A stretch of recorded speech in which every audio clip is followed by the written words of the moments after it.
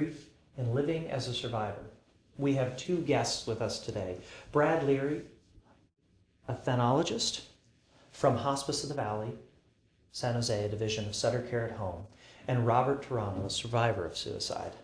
Today, you'll get a first-hand experience of Robert's story and the loss of his son to suicide, his grief journey, and where he crossed paths with Brad to seek guidance on that journey. Thank you both for being here. I know as soon as you walked into the room, there was the acknowledgement that there was microphones, cameras, and additional lights, and you mentioned that you're going to share some of the deepest, darkest feelings and thoughts that are associated with the loss of your son. And I just wanted to let you know that I'm grateful for the opportunity to speak with you. I mentioned early on in our conversation that there had been a suicide in my family, extended, that has still never been spoken about. And when I first spoke to Brad, that first registered with me, and the fact that that's something that we don't speak about in our community unless it's someone like a Robin Williams or an Anthony Bourdain, but it is ever present in our community.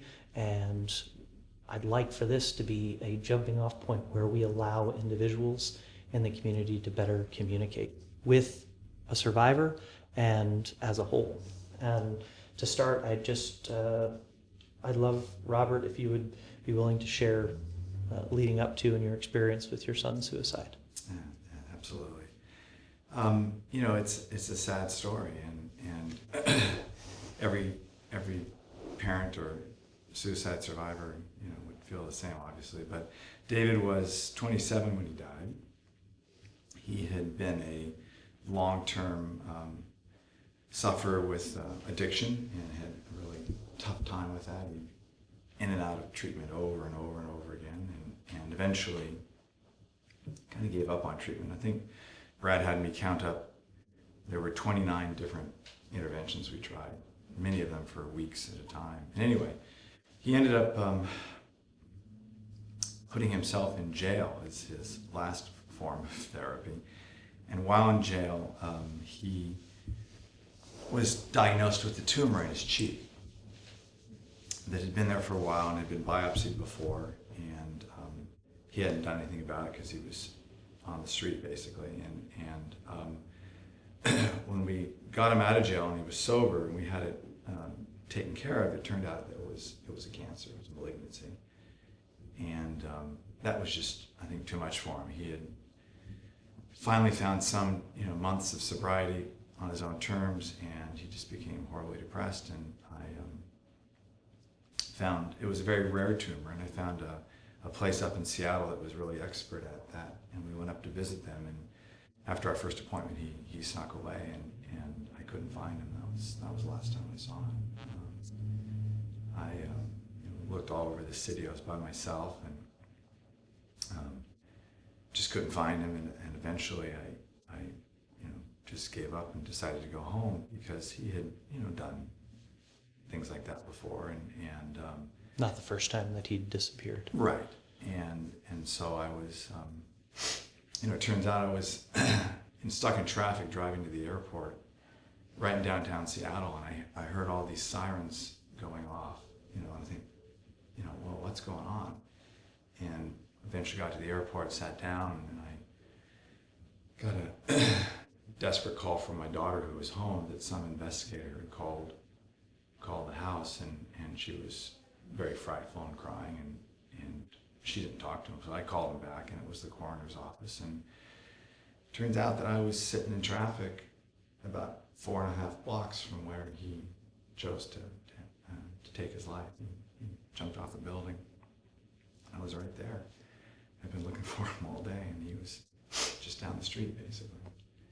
So it was, as is every suicide, very traumatic. I mean, it's a traumatic event. People, don't slide away in that usually. If there's something bad that's happening, it was, those images are hard to let go of, where you were in that moment and what it felt like. The proximity to him at that point in time, that you were close enough, you were... It was right there. I mean, every parent's nightmare is to not be able to protect their child, and he was an adult, and obviously he'd been out in a way that I couldn't protect him from for a long time. But it still, it was a tough realization. Brad, in your experience in counseling individuals that are associated with suicide, how do you guide an individual or family to understanding? And that's huge. Yeah. But where does it begin? And is it relational? And Well, sometimes the grief cannot be understood, and that's first and foremost. So it's making sense of the nonsensical. Like, how do we navigate this journey? So that's what I help them do, especially in the beginning stages of grief, is to tell the narrative of the story. I think that's really important early on, because grief is stigmatized, especially suicide loss. So it's important for me to understand who David was, first and foremost, because he was more than just a young man that took his own life. We talk about, remembering the life, not the death. So we want to hear the story of how he died, and then we want to transition to how he lived. So it's opening up that dialogue. It's creating a safe space so that the person can come into my office and be as honest as they can be. We can't be as transparent in the real world because people don't understand suicide loss. how do we change that? And Robert, you're here today having a conversation about the one loss that the world doesn't talk about. Right. How do we change? I mean, what would be a step in the right direction to saying we as a community should be able to outwardly express and have these conversations so that we can allow individuals to grieve? Well, I think the most important thing that Brad touched on, and you touched on already, is that we need the ability to tell our stories. And I'm honored actually to be able to talk about David here today and to open up about that, because once people feel comfortable going out into the world and saying, this is what happened to my child or my partner or whatever, it's going to take that stigma away. I mean, suicide is so common, and to prevent it, that's a very complicated question, and there are a lot of things there. But to be able to speak about it and to be able to not be embarrassed about it, and there's That I feel is probably the one when I try to internalize it, that maybe it is this embarrassment or I didn't do, because people automatically think the worst thing that I've ever heard is, oh, that was such a selfish thing to do. Right. Because people don't understand that that's not right. Absolutely. Or what I get is, well, almost this sense of, well, that's understandable. He had a bad life, or he had a bad disease. Like, well, it's not understandable. People are almost too willing to accept it. On the other hand, it's weird how there's that. Some people can't even think about it or deal with it. On the other hand, people are ready just to write him off. Oh, he's just another addict. There are tons of addicts out there right now killing themselves. It's funny how no one can hit the sweet spot. Right. What's the heart of the matter? Right. What is it about David and so many others that was the solution? That was the key out for the pains that were ailing him. Right. The National Allegiance of Mental Illness was something that I've read a lot on, or NAMI, I think that's commonly referred to, and research and just thought-provoking information. But what is it about those individuals that suffer that's going to be their solution? And I would say there's a term called psych ache that my clients relate to, and it's a term whereby the person is in such insurmountable pain, emotional pain, and much like someone that's dying from cancer, they're in so much pain that their body begins to shut down. With mental illness and addiction, the psychic is like, I can't sustain this anymore. I can't live. The pain is too much. And so they feel like they have no other choice. I liken it just to being in a tunnel and you can't see out. It's so pitch black that there's nowhere for me to go. And so I have to let go. What David told me, I had no idea he was thinking about taking his life. But what David told me just about addiction and about his own psyche was that he never felt normal. His brain, no matter what medicines he was given, what therapists he spoke with, what programs he went through, his mind never felt good. He just felt bad all the time. And you put all the social eventualities of addiction on top of that. I mean, he was isolated from us because of the stuff he'd done, legal, interaction with the police and the legal system, and obviously he didn't take care of his health despite our best efforts. I mean, all that just compounds. I mean, and you throw a possible terminal illness. He wasn't terminal when he died, but he knew there was that chance. And that just additional pushed him over. battle that he was going to have, It was just not only battling addiction, but a malignant cancer. Now he's got a tumor, and his mom had died of cancer, in 2010. So this is, 7 years before. So no stranger to grief, because you've also experienced the loss of your lifelong partner, mother of son and daughter. Correct.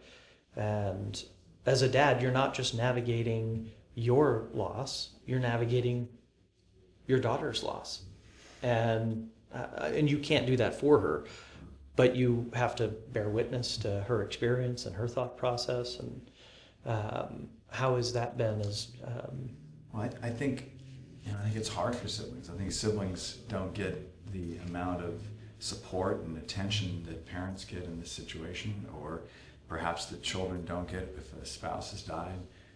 And it's been really hard for my daughter, and she, we both struggled, and we both continue to struggle. And when she went to college 6 weeks after her mother died, and then she got through that, and then to face her brother's death so soon, that's a tough road. And we just try to stay close and support each other.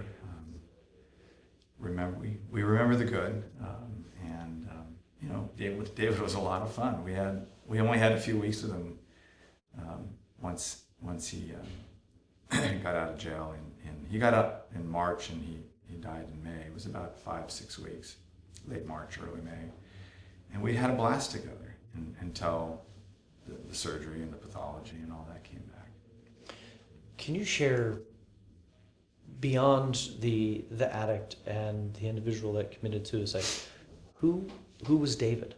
David was this, goofy puppy dog kind of kid who just wanted to play around. He loved to, bug his sister and hang out with his friends, and he loved sports. There wasn't a sport he participated in that he wasn't good at. He loved music. He loved movies. He loved eating. He always said he wanted to cook, but he never really ended up cooking. He ended up just hanging out in the kitchen and tasting everything that was cooked. But whenever he wanted to impress a woman, he would call me and ask how to cook something, and then he would cook it for her. So he was a romantic. He was a fun kid.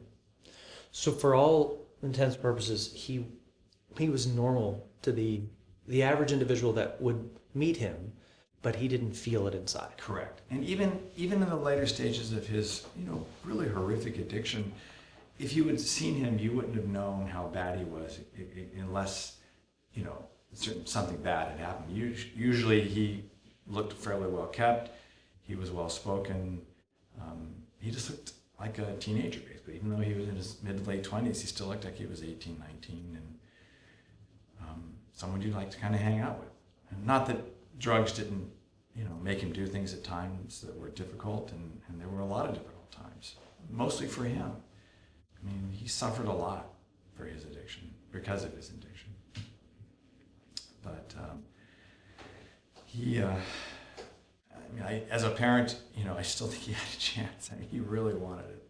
His mom's dead. He's just gotten out of prison, successfully stayed sober in prison. He didn't have to, but he did. I remember I asked that question in our kind of pre-meeting, which is that I feel that would be a hard place to stay sober because there's probably access. Oh, there was access. Julie and I, my daughter, we flew out the night before he was to be released. I was there.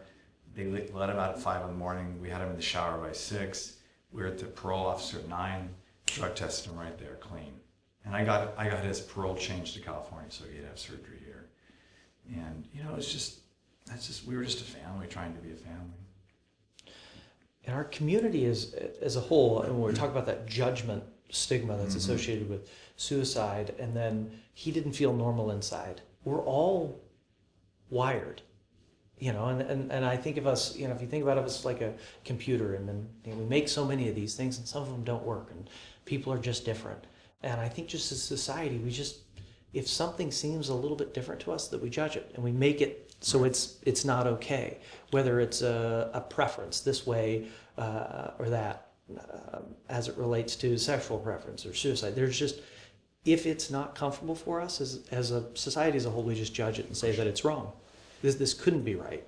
And that's one thing I learned from David as someone who's interacted with all levels of society. He would not judge anyone. He was the kindest, most understanding person. Not that he didn't see evil when evil was there, but he was so accepting and so non-judgmental. And that's one of the greatest lessons he taught me, actually. One of the things that I wanted to ask is about communicating to you. If you're willing to communicate with the world that I lost my son to suicide, and it's an unfortunate world that we live in, that it's easier to communicate the loss of your wife to cancer than it would be my son to suicide because of that stigma. What are ways that you like to be, you would prefer to have been engaged as it relates to his loss, and maybe some things that people have said that we could just make sure that people never say again if they listen to this, that they say have a whole that's podcast wrong. on that. Yes, the wrong thing. Yeah. Well, I am blessed with just a wonderful family and group of friends, and that's one of the ways you get past. You never get past this. One of the ways you get through this, and that you can get to the end of the tunnel. And most of what they said was, they're just crying with you. Their hearts are breaking with you. They don't really have to say anything. I'm sorry, but their actions say more than that. I got home at night, my house was full of my brother and my neighbors, my nieces and nephews, and it was a horrible homecoming, but it was made better by their presence, and just the amount of support and love and hugs that Julie and I have received over the last few years has made it possible. What you don't want to hear is, you don't want to hear platitudes. You don't want to hear, I know how you feel. Right. Nobody knows how you feel. Right. Or, Even from another survivor of suicide? Well, it's easier from them. But Right. outside that circle, I don't even assume I know what my partners in suicide survival feel. And that's part of the bond of the group that Brad leads, is that we can tell each other that, and we can tell each other when we're on target or off target. But I had some interactions with people where they would project their own grief experiences, or their own grief experiences or their own needs onto yours, and that's a difficult situation. And looking back on it, there are times where I don't know why I didn't just walk out, but I was too damaged to do it at that point. And I would add, one of the things that we can do for each other is to be a companion on the journey. Absolutely. As therapists, that's what we do first and foremost, is besides listening to the narrative of the story, is to walk alongside the person. It's not telling them, right? It's being present with them. Right. And I think we all can do that for each other. You don't have to be a therapist to do that, but it's sitting with the pain and not trying to fix it. Yep. We can all do that. And when you're walking alongside someone who's on this path, you may think you're seeing and feeling the same things they're seeing and feeling, but you're not. You're just walking with them. And you keep an eye on them, you hold their hand, you prop them up if they need help, but don't ever assume you know what's going on in their heart. And when people have really made it difficult for me is when they assume they know what's going on in my heart. And that's when it's made it hard for me, when people think they know what I'm feeling, or they project their own feelings onto me.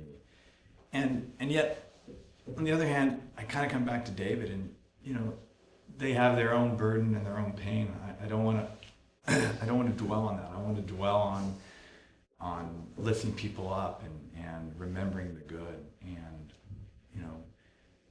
the beauty of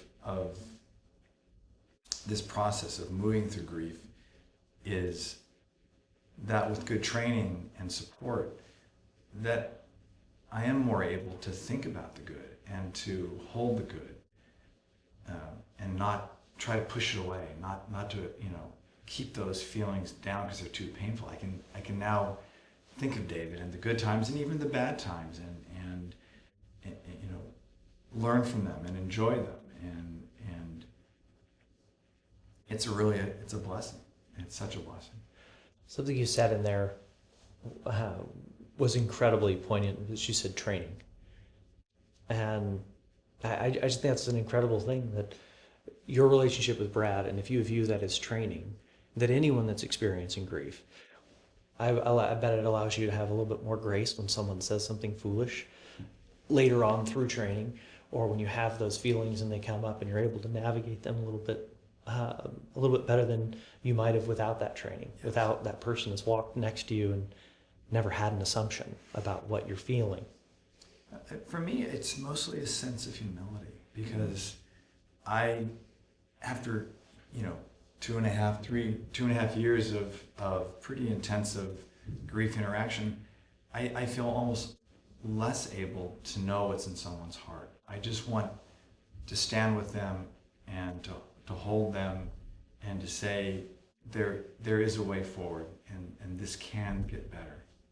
And in no way lessen their loss or take their memories of their loved one away, but to say that you can feel happiness again, and you can love your lost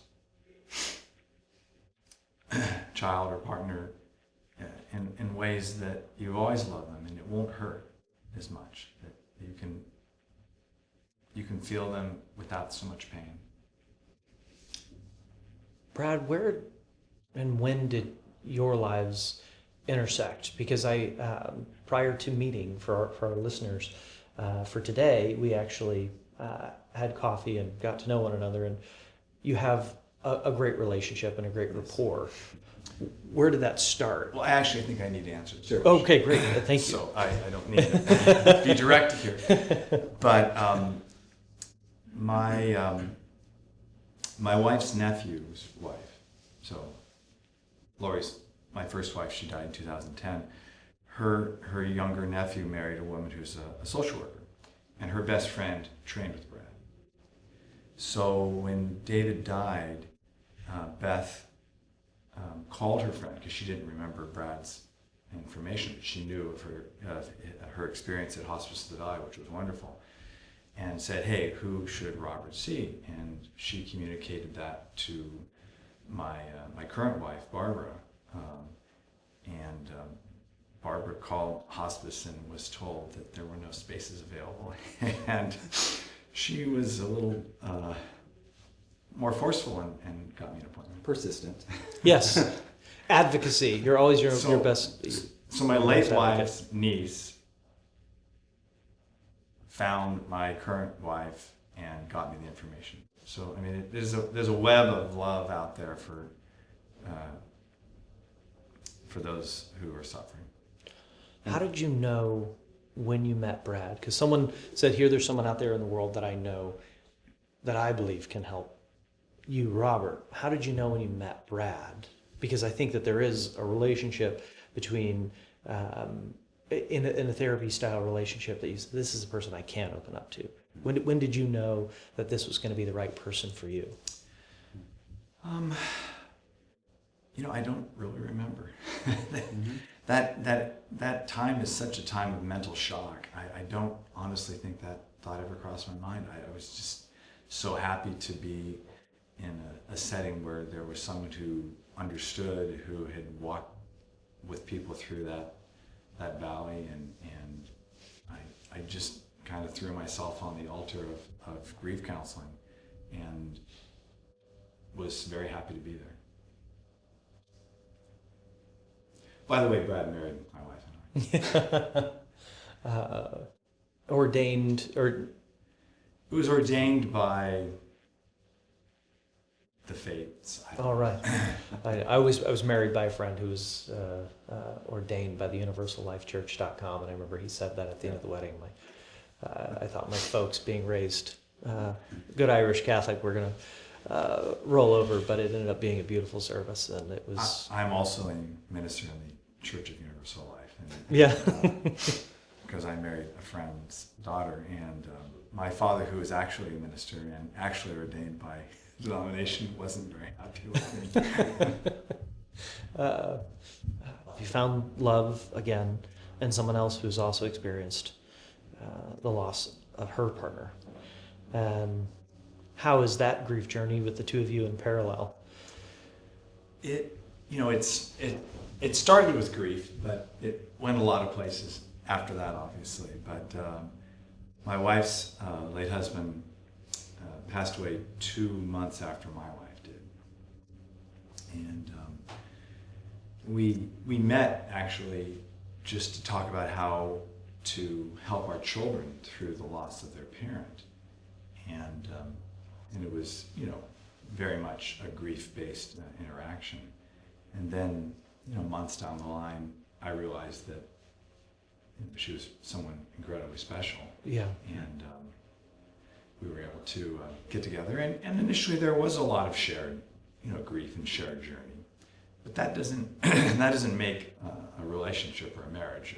And we, just were so privileged to find that we had so many shared interests and deep love, and we're still very different people. But. Is she an outdoors person as well? No.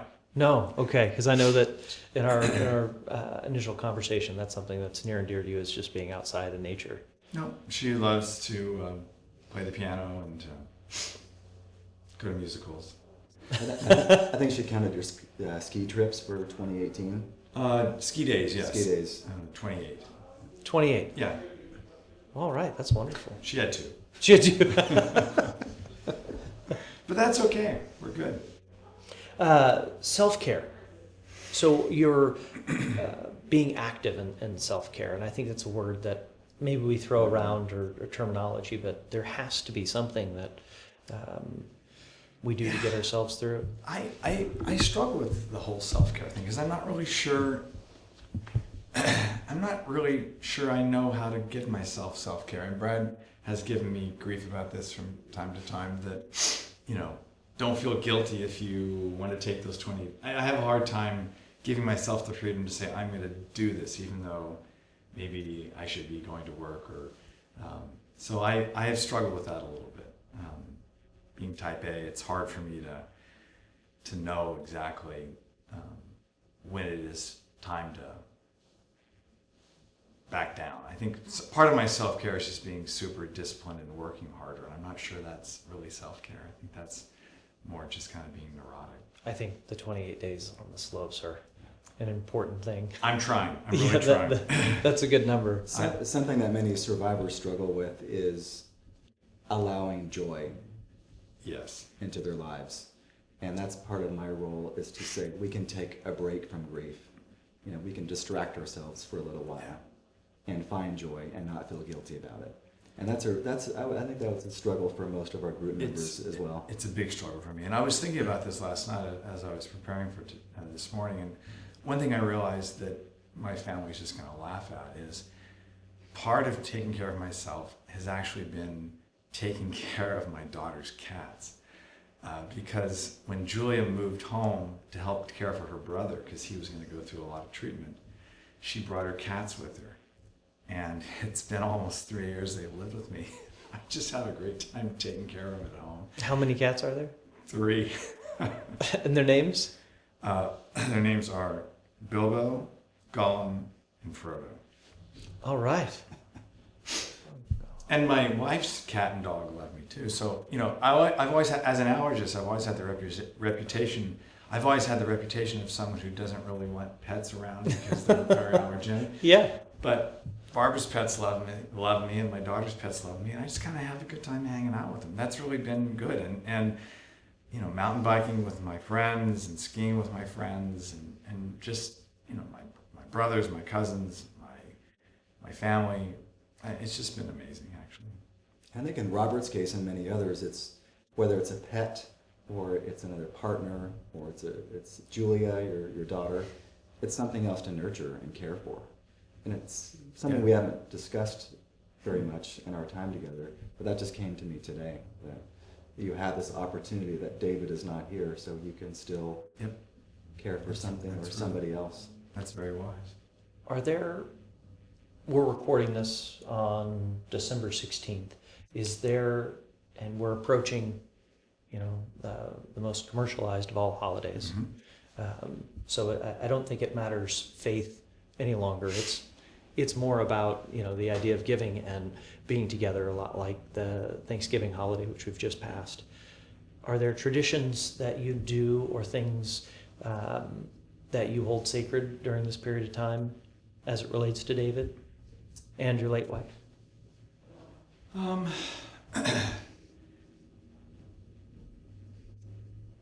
For me, the most important part of the holidays was that time where all the work was done and we could just come together and just be in this cocoon of family and celebration for, 8, 12, 24 hours really.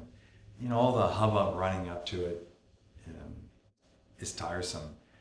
But when you get to that moment where you're all together and you can just sit down to a wonderful meal, that to me is the sacred part. Do you have open conversations? Is David part of the conversation? Are there stories shared when he was here, when he was with us? Is that something that is welcomed in to that world? Sometimes yes, sometimes no. And everyone has to deal with difficult issues on their own terms, I guess. But there are situations where I have not always felt comfortable doing. Let me step back. There are times where I have not always felt comfortable talking about that, and I've become a little. I guess pushy's the word. And Brad taught me this, and that is, I want to say his name. I want to say my late wife's name. And there are times where I know people haven't wanted to hear those names or to talk about those things, but I need to talk about it. And I've gotten to the point where I don't feel comfortable in a situation unless I do talk about it. And not in a way to challenge people or to make them uncomfortable. It's just my way of honoring David and Lori. They need to be present in the room and their name needs to be spoken. I couldn't agree more. In any level of loss, the ability to share someone's name aloud. And if that is a level of discomfort for somebody, I think that's part of our society not being educated enough that's real therapy, is having that conversation and saying, I'm going to speak and this person's going to be part of this event. I hear time and time again, the most helpful way to support me as a survivor is to tell the stories of the person that's died. There might be stories about David that you didn't know about from his good buddies, or from Julia. But to tell the stories, that puts a smile on the survivor's face. Mm-hmm. And it doesn't get old, does it? It never gets old, and it never will go. And it helps. There's a lot of, and I know this is a term that gets thrown around casually, but I'm not using it casually in this sense, but there's a lot of PTSD in suicide survival, because there are these images, and this comes up over and over again as I interact with my peers. And to be able to replace those images with the good times and the good memories, it's so important. And if I can transition, because Robert talks about PTSD, and what we want to support, and the way to support our clients is to move them from trauma to post-traumatic growth. That's a term that's come up in the last 10 years or so, is how do we become, a better, let's see how I word this, just lost my train of thought. It's assessing our priorities. It's looking at our values and living by those. Sometimes our friends might change, or we might do something differently in the workplace, but that growth is, grief has changed me forever. How am I going to be better because of it? Yeah. To that point, I'm a funeral director by trade. I wish I was called a storyteller, but I can wish in one hand, right? So I got to do the work and change our stigma in the community. But Sure. You're a grief counselor for people that have experienced loss, be it suicide, family members. Mm-hmm. What is your self-care? What do you do as an individual that when you're with Robert and you're experiencing and you're walking alongside, we take part of that Yes, with us. Absolutely. What do you do for yourself? Well, meeting with my colleagues is imperative. So it's connecting with my 3 colleagues and letting go of some of this pain that I hear every day. There was a time in my life where the pain would just sort of sit here, and I recognized this is not good for me. And so I need to express it and to allow it to sort of come out of me, if you will. So that's important. And to be frank, I have my own therapist. And I'm not ashamed to say that to the world, because it's an outlet for me to talk about my own issues, but also this trauma that I hear almost daily. What do I do with that? And it actually keeps me more open and allows me to see more clients. There's 3 people sitting in here and 3 people that are all in therapy, which is great. I think that anyone listening should endeavor to find somebody to help them find their path or their happiness. And it is something that we need to constantly tend to that as individuals and humans as we're going through the path of life. I am touched by your ability to share about David's story, and I can't imagine. I wish that everyone that ever encountered you would just say, I don't have any words. But if you'd ever like to share about David, I've got a pair of ears and I want to hear. And I think that we need to get better as a society of just listening and understanding that grief is real. And there's individuals that I've encountered that said, oh my gosh, are you still on that? You still haven't gotten past that? I was talking to one of our staff members the other day who had lost a child, and she said her mother would talk to her years down the road and said, oh my gosh, honey, you need to get over that. And I thought to myself, my goodness, that's the one individual that should maybe understand that the most is a mother of a mother, And where is it in our world that we decided that we don't talk about this, we don't understand it? I mean, that's the social norm. You hit the nail on the head. We don't understand it. And when we don't understand something, we become really uncomfortable because we're not an expert in it. And so then we choose just to push it away. Or people say, oh, grief, that's just too hard. I can't talk about it. It's one of your friends. Yep. And I don't buy that. we have to learn, we have to get better at being that companion. One of my favorite grief experts, his name is William Warden, and he talks about the 4 tasks of grief. And the last task of grief is to stay connected with the person while moving forward in your life. Mm-hmm. And if people understood that we can move forward, but David's always going to be a part of your story, you're always going to be connected to him. If people understood that, then I think it would just be, grief would be a lot easier to navigate and to discuss. And I mean, that's something I always tell people when they ask, about how you can move forward. And I actually had this conversation with a dad who lost his son a while back to suicide.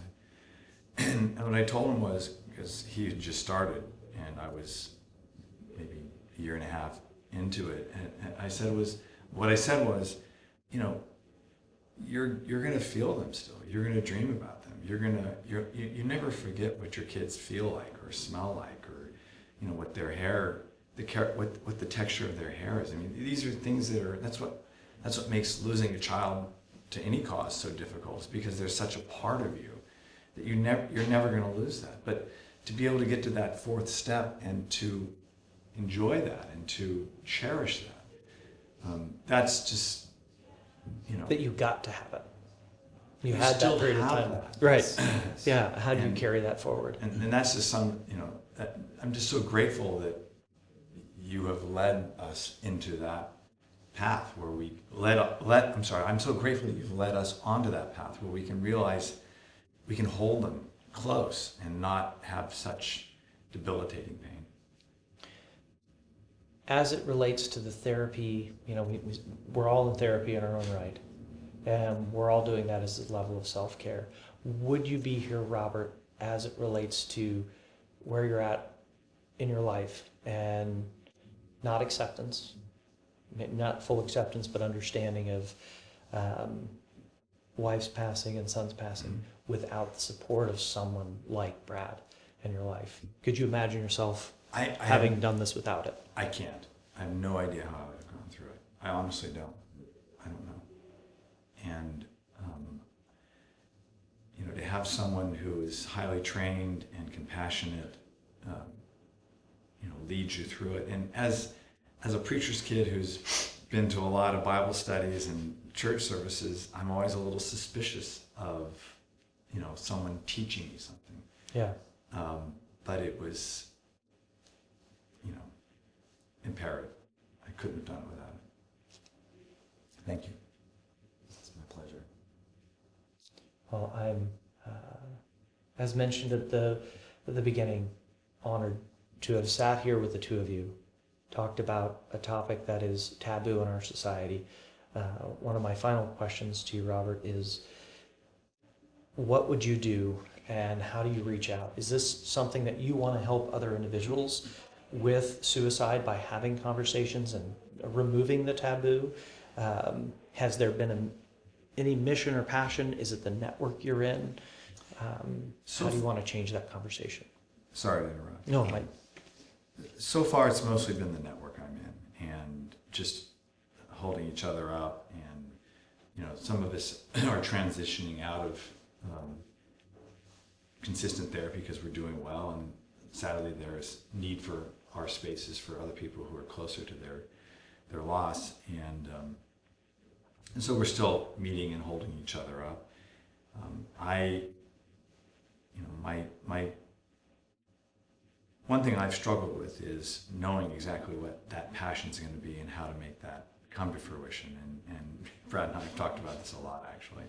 And I'm still struggling with that a little bit. We did share an overnight walk through San Francisco, and that was they were a long way ahead of us because they hike faster than but that was an amazing experience, and the support of my family and friends to raise money for suicide prevention, and to be able to be with I don't know, whether 800 or 900 people walking over all the hills of San Francisco to try to stop this But I haven't solved that yet. I don't know for sure where my passion is, and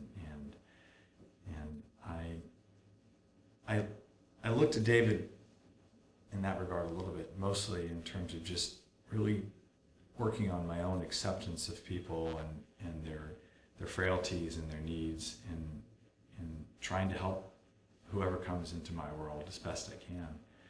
But I haven't solved that problem yet. We joke about not everyone needs to start a foundation. Right? We put a lot of pressure on ourselves, like, Yeah. how do we give back? You know, we have resources. What do we do with those resources? And not everyone is equipped to do that, whether it be financially or emotionally. So it's finding your niche, and if it's being a good person, being a good husband and father, and supporter of the cause, that's fantastic. Showing up and walking and coming here and talking. My therapy session continues. What can you tell us about the walk? So listeners that don't know, that are not familiar with the fact that there is a walk, is it just in San Francisco? Is it around? Sure. So the American Foundation for Suicide Prevention holds many walks throughout the year. They have what they call community walks, which are 2 to 3 miles in a number of cities throughout the U.S. And then each year they designate a city to host a 16-mile walk. And it's called the Out of the Darkness Walk, because you're walking at 7 or 8 o'clock at night, at dusk, and then you're walking into the dawn at 4 or 5 o'clock in the morning. So it's symbolic of the grief journey, in a sense of you feel dark in the beginning of the grief process, and hopefully by the end of the walk in the grief journey, you feel a little bit lighter and you see the light. He finished at 1 a.m. though. I've always been an overachiever. Go ahead. I thought the overnight, its nickname is the overnight. Yeah. And I thought it was an awesome experience. And just, I was there with my daughter and her boyfriend and Brad and his partner, and there were some other survivor families there that we knew. And Brad had on the shirt all the names of the people in the group and the people they had lost. And my daughter made these cool votive bags to put candles in with David's pictures and things he would say. And on the one hand, it's very social, and you're with a lot of people who've experienced the same thing. But there are many times where you're just by yourself and you're walking with your lost child or lost partner, and they're just inside of you.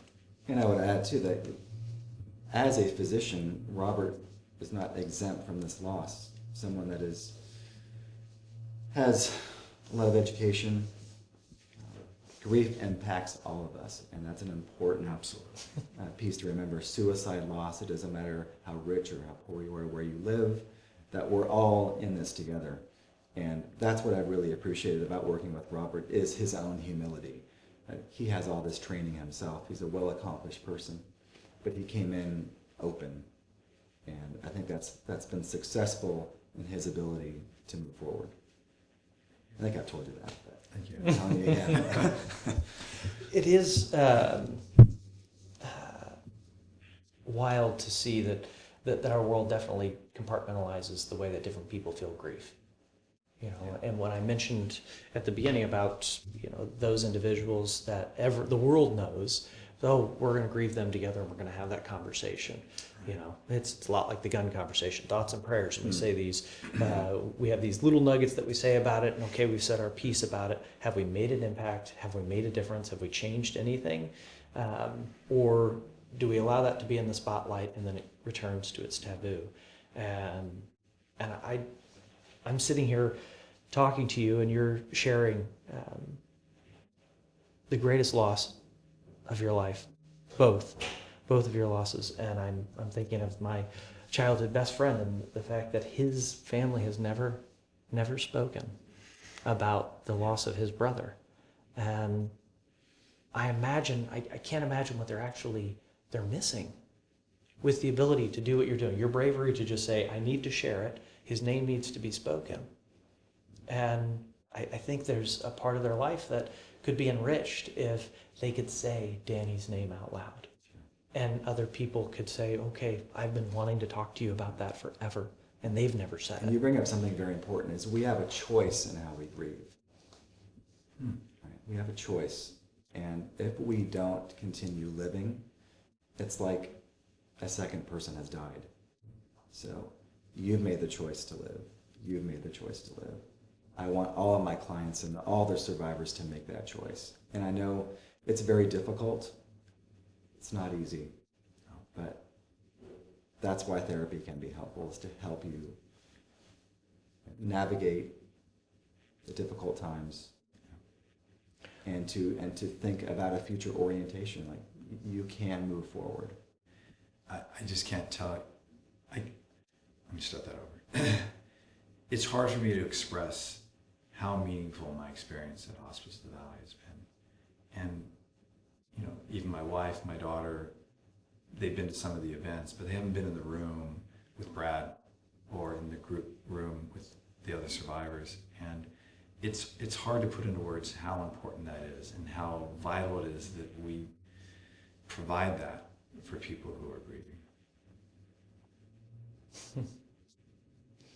I'm in awe of you, Brad, and the comfort that you provide to our community and your team at Hospice of the Valley. Our intersection came through Wes, and he's such a wonderful advocate for Hospice of the Valley and the work that he does in the community to share the values and the benefits of something that's new to our world, which is hospice. You know, I'm going to help you at the end stage of your life. But the previous conversation I had with Hospice of the Valley was about how they help individuals in that capacity. And we touched on it a little bit. But that isn't Hospice of the Valley. Your intersection isn't that. It is the community outreach that you're doing to individuals like Robert. The other benefits of your organization that are saying, hey, we want to help our community as a whole, not just those that are coming home from the hospital with 3 days or 3 months to live, but someone who's experienced suicide, because there isn't a hospice for that. Yeah. And there are mental health clinics that do a good job, and there are other agencies, but the need is so great that when Hospice of the Valley opened up their services to the community, it's, we haven't been bored, let me just say. So I'm grateful to Hospice of the Valley and Sutter Care at Home for investing the resources into grief counseling, because they didn't have to do that. So. No, it's something to be lauded and appreciated. And I'm grateful again to have you both on. I want to end with a quote, because something you mentioned, Brad, about Robert is that you're an incredibly accomplished individual. You carry yourself very well. And when I saw this, I thought about it, because I think the average individual that would see you and meet you wouldn't know really what's happening inside, because we can't. You said that yourself. You can't know what's in the heart and what's in the mind. But just because someone carries it well does not mean it isn't heavy. And we need to be more compassionate as a society to the things that we don't understand. And if it's suicide or whatever topic or something that comes our way, and I was almost in tears when you were talking about the visualization of out of the darkness and just seeing that light at the end of an evening of walking and the light shining, and in this case it was in San Francisco, that maybe we should jump headlong into any of these things that we don't understand and say, how could I better understand? And how much would that help increase our society's value if we didn't shun these things or push them under the rug, but we took pause to understand, and in that better understanding David's story. You know, when you end the walk, you're tired, my calves are killing me, I had blisters. We got in about almost 2 a.m. And you come to the entrance to the center where the walk is organized, and all of a sudden you turn a corner and there's this lane of lit candles, and there are hundreds and hundreds and hundreds of them, and every one of those bags has someone's name and picture on it and a candle burning inside. And that candle was that family or their friends remembering them. And it was incredibly moving for me. And I just wish that people could feel that and could feel how much more we need to do to help prevent suicide and all loss. But it was an amazing experience, and I just want to hold up every one of those families and every memory they have. Thank you, Robert, for your bravery and sharing today. Thank you, Brad, for the great work that you do for the community. This has been Guiding Grief, talking about suicide, living as a survivor, and grief. I am better off having had this conversation and experience with the both of you, and know that our world needs to judge less, be curious more, and make sure that we're kind to all. And if there is individuals out there that are contemplating suicide, please reach out, seek help. There are families that want your story to continue. And for those families out there that are survivors of suicide, I hope and want for all of you to be able to say their names in your communities when you're out in the world, to make sure that that light lives within you and within the community, and that story remains alive and well. So on that note, I'll say Danny's name today, and should his parents ever hear this, I just want you to know that your son was beautiful, and he was important in my life, and I think about him all the time. Thank you for talking about David with us today. Thank you. Thank you.